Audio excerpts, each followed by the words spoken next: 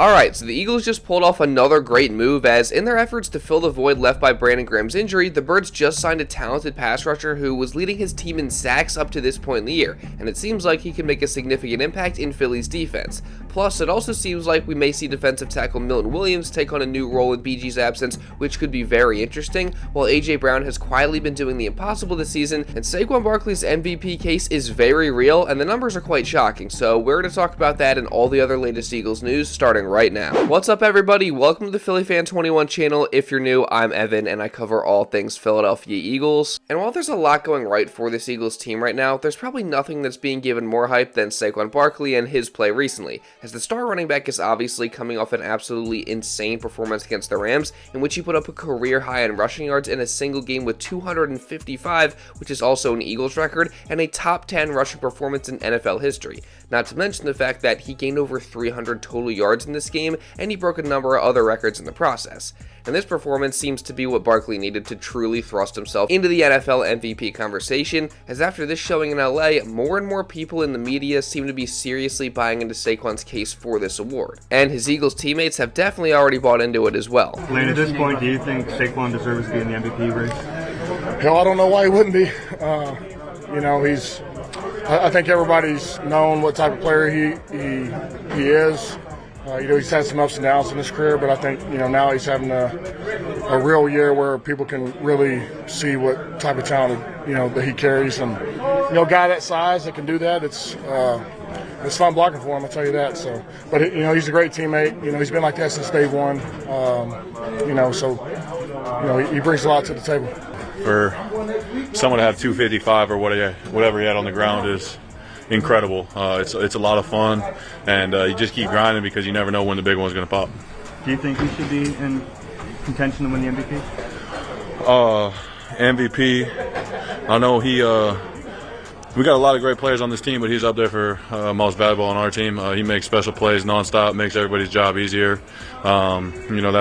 I don't get a vote, but if I was voting, I'd vote for him. Obviously, it's no surprise that Barkley's teammates are backing him for MVP, but for the media and the general public to be buying into it as well is much more noteworthy, as I think it just kind of shows you that this isn't just talk anymore, it's a very real possibility for Barkley to win this award, and that's confirmed by the fact that he is actually currently listed as third in the odds behind Josh Allen and Lamar Jackson by BetMGM, and you can't say that it's not warranted because you can just see the value and impact that Barkley has brought to the Eagles offense, and it's clear just how much he's elevated them. And then when you look at his raw numbers, they certainly look like MVP numbers from a running back, as if you compare Barkley's stats through 11 games to the last running back to an MVP, which was Adrian Peterson back in 2012, they look even better than what the Hall of Famer put up in that span, as Barkley has run for over 100 more yards while also having 72 more receiving yards and 5 more total touchdowns. So to me, that just convinces me even more that Saquon should be the MVP, and even though I'm obviously a biased Eagles fan, there is no denying that Barkley does at least have a very real case to win this award. And he's going to have a golden opportunity to strengthen his case this Sunday, as the Birds are set to face a very good team in the Baltimore Ravens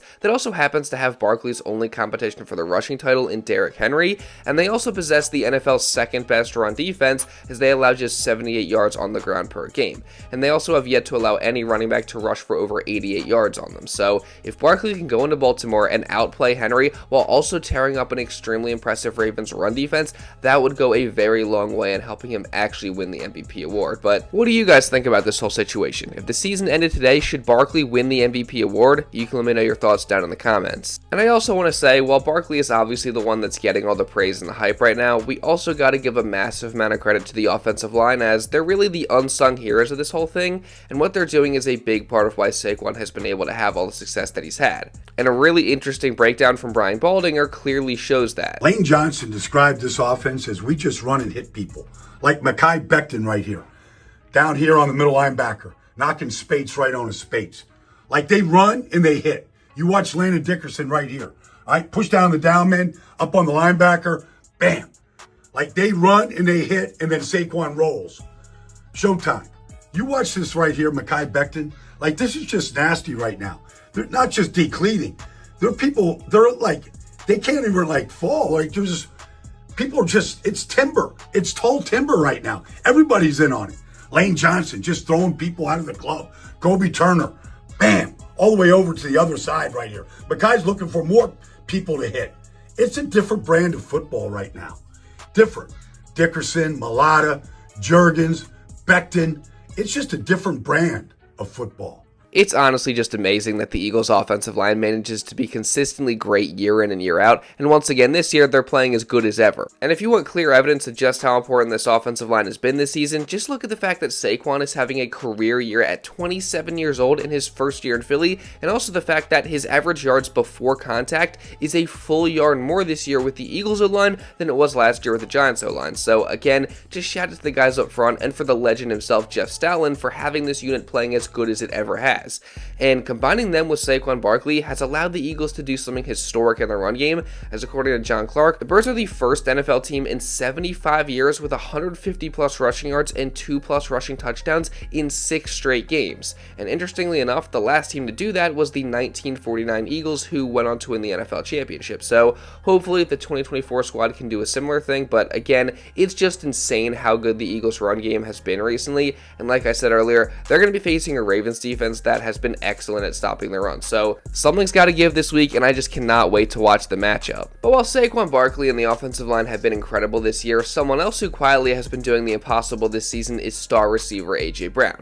And don't worry, we're going to get into that and so much more in just a minute, but real quick, I do want to say, if you are enjoying this video and you don't want to miss any other Eagles coverage or content just like this coming throughout the rest of the season, then make sure you subscribe and also really importantly, turn on notifications so you're notified instantly when one of these videos is uploaded. Trust me, you guys are not going to want to miss any of the Eagles coverage I got coming on this channel. I cover the Birds pretty much daily here, so if you want to stay up to date on all the latest Eagles news, this is the spot. So again, subscribe and hit the notification bell, and also drop a like to show some support, because that really does help me out a ton. Let's see if we can get to 600 likes on this video.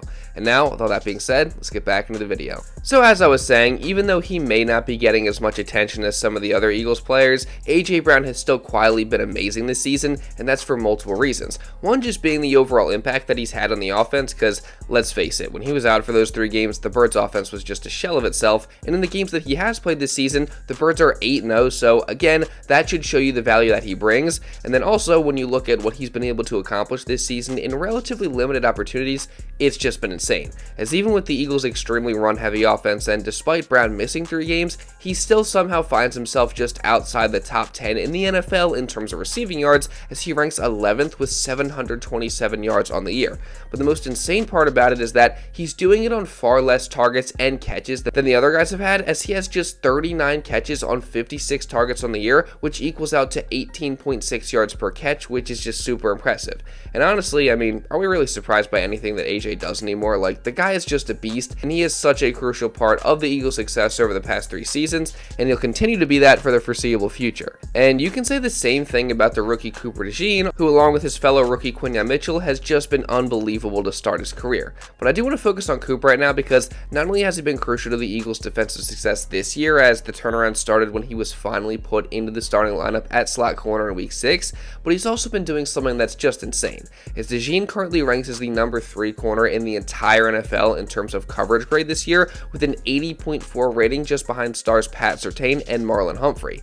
And I honestly cannot express to you how crazy this is. Like, this is a rookie who missed almost all of training camp with an injury and was thrown in the middle of the season to start at one of the hardest positions to play in the NFL, yet he's handled it all extremely well, and he's playing at a super high level. And the craziest part about the whole thing is that he's only going to get better from here. Like, he's just getting started in his NFL career so far, and I just cannot wait to watch his growth along with Quinyon's throughout the years. And one guy we've obviously been fortunate enough to witness that with is the legend and fan favorite himself, Brandon Graham, which is why it just hurts so much to see him go down with a season-ending injury in what was supposed to be his farewell tour. And again, my thoughts and prayers definitely go out to him during this tough time. But while it is hard to find a positive from this situation, at least we can now say that the Eagles have that extra added motivation to go try and win it all for BG.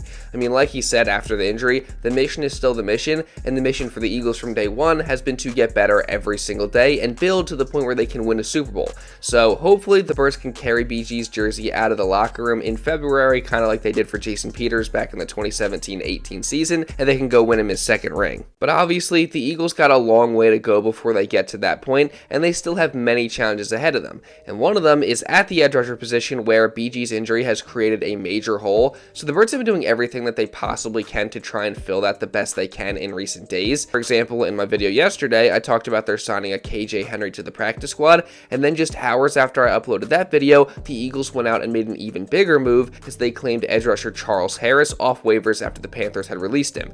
And personally, I think that this is a great signing, as even though Harris isn't going to come in and replace the production of BG, I think this is probably the best move that they could have made to bring in a productive veteran player to fill that need at this point in the year, as Harris had been solid in 9 games with Carolina this year, as he was tied for the team lead in sacks with 3, and he also had 16 quarterback hurries, which would be second among Eagles edge defenders this year with BG out. And on top of that, Harris is a veteran who has played 99 games since being drafted back in 2017, so he has a lot of NFL experience, and he also had his career year pretty recently back in 2021 with the Lions when he had 8 sacks, so it's clear that Harris is a guy with talent that is capable of producing. Now that being said, he does definitely have his deficiencies, as he's not good against the run, and there's obviously a reason that Carolina let him go this late in the year. So like I said, he's not just going to come in and replace the production that BG was giving you, but I think all things considered, this was still a very solid move to try and shore up the thin edge rusher group, and I think Harris definitely can contribute in a limited role. But what do you guys think about this signing? Give me your thoughts down in the comments below. And also, when it comes to trying to supplement BG's production, one option that I haven't talked about yet that the Eagles could go to is using defensive tackle Milton Williams more on the edge, which is something that we've seen them do before at times this year in different defensive looks and fronts. Milton Williams slide out to the edge.